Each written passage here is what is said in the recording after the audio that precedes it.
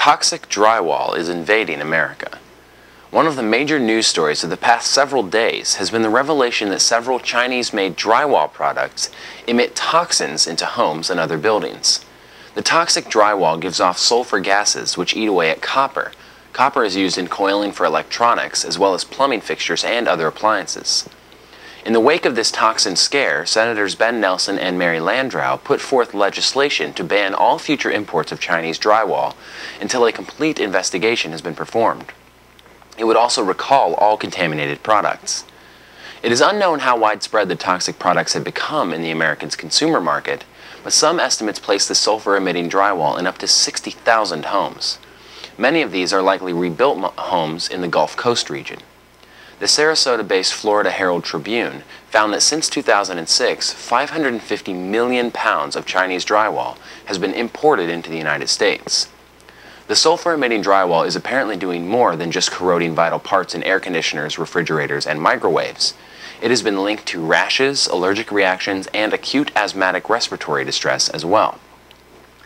The bill, introduced by Nelson, would direct the Consumer Product Safety Commission to seek civil penalties against the manufacturers of the toxic products under the authority of the Consumer Product Safety Act.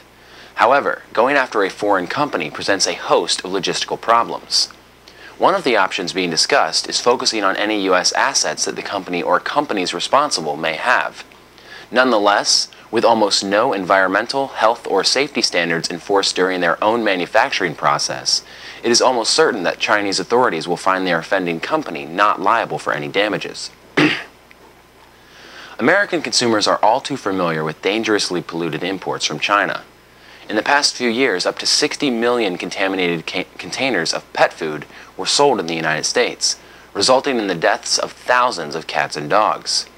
Heparin, a blood thinner with major pharmaceutical producers in China, was recently recalled by the FDA after it was believed to be contaminated with a toxic sulfate, which is suspected to have killed 81 American patients. In the latter half of 2007, over 250 million children's toys which were manufactured in China were recalled after they were found to be contaminated with toxic amounts of lead. Every instance of China's lax standards coming back to hurt Americans is yet another reason to re-examine our trade dealings with that nation. Under current guidelines, it is incredibly cost-effective to move major factors of production overseas. China has the world's largest workforce and some of the world's lowest wages. Companies do not have to deal with the regulations they would face in the United States or even in most of Europe. Not only is it much cheaper to make goods in China, but it is also much cheaper to purchase Chinese goods.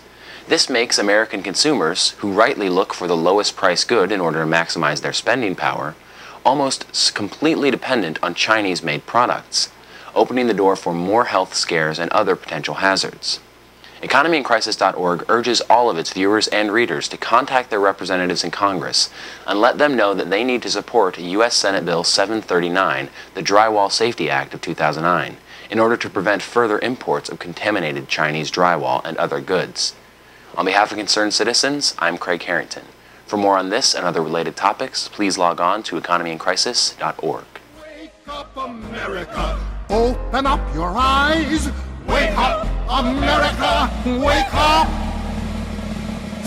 Produced by EconomyInCrisis.org.